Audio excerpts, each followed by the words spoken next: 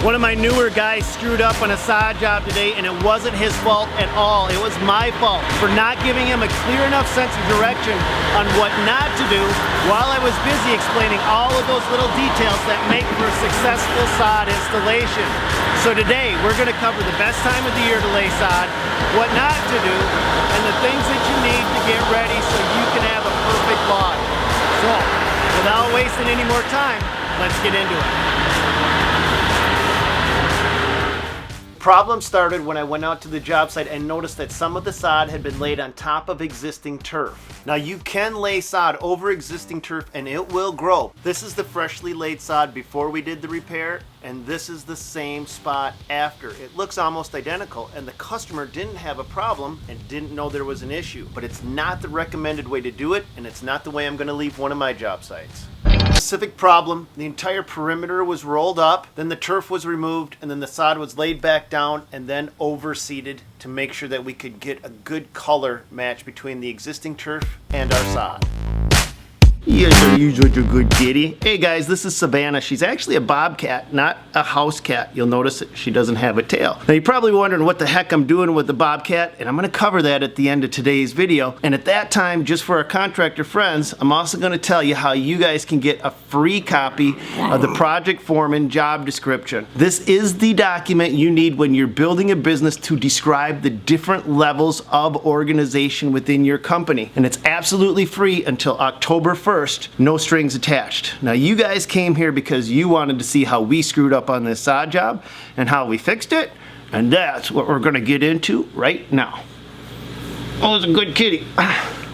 Okay, yeah, does that taste good? So we are going to repair this path coming in and sod this yard.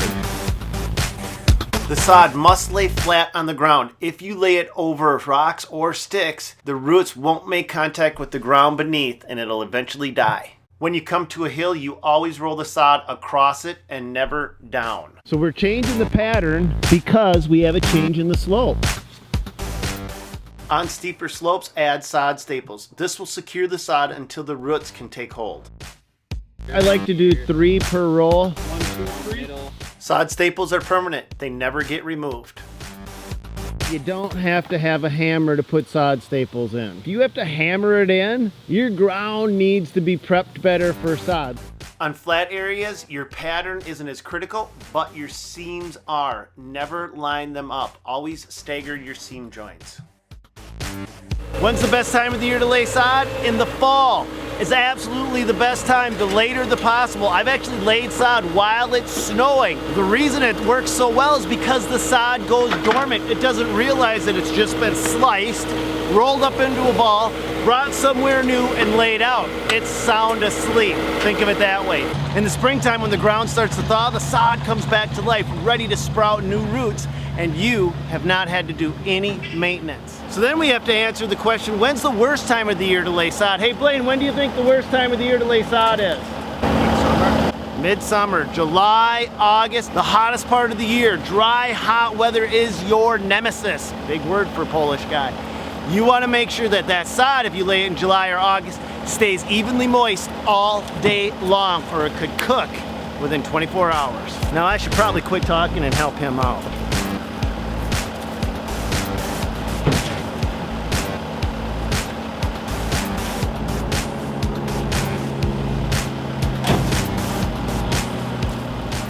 It's important to loosen the subsoil and level out any uneven areas. This will allow the roots of the new sod the best chance to grow. So what you see Andy doing there, he's taking the time to eliminate even the tracks from a tracked skid loader. That way you get the absolute best contact with the ground below it. You don't have unevenness. The little details make a big difference. How long does sod stay fresh on a pallet? 2 days. It actually stays fresh longer than that. So as a company, we are obligated to make sure we get it down. But as a homeowner or DIY, if you're doing it yourself, don't fret it. Don't sweat it. It's not that big of a deal. If it sits on a pallet for a day, 2 days, even 3 days. If it has to sit on a pallet that long, just keep it in the shade, keep it cool, keep it moist, don't saturate it. You're gonna be fine. Okay, here's one of the myths about sod. You lay it down and you're done. Nothing could be further from the truth. You look up, you see that tree? that tree is shading the sod. This sod is grown in full sun. So when you lay it down in a shady area like this, it will eventually start to die off. By overseeding it with a shade mixture, as the sunny sod starts to fade away, it gives an opportunity for the shade mixture to replace it, to come in nice and thick and full, meaning that you'll never have dead spots in your sod. If you don't overseed it, that tree will eventually weaken this sod.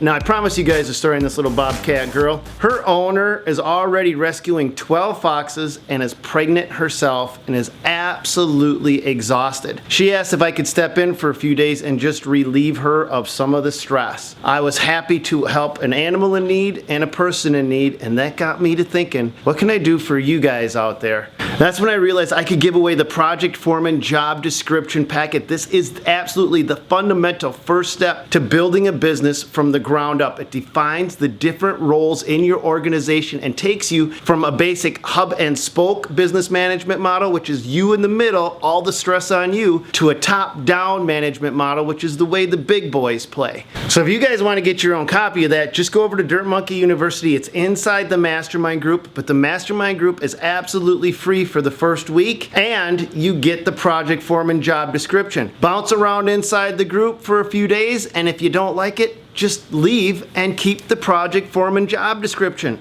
I don't care. I'm that absolutely confident that it'll actually help you guys out. Oh, and real quick, if you guys are already a member of our mastermind group, make sure you email Callie and get your free copy. You guys need this information.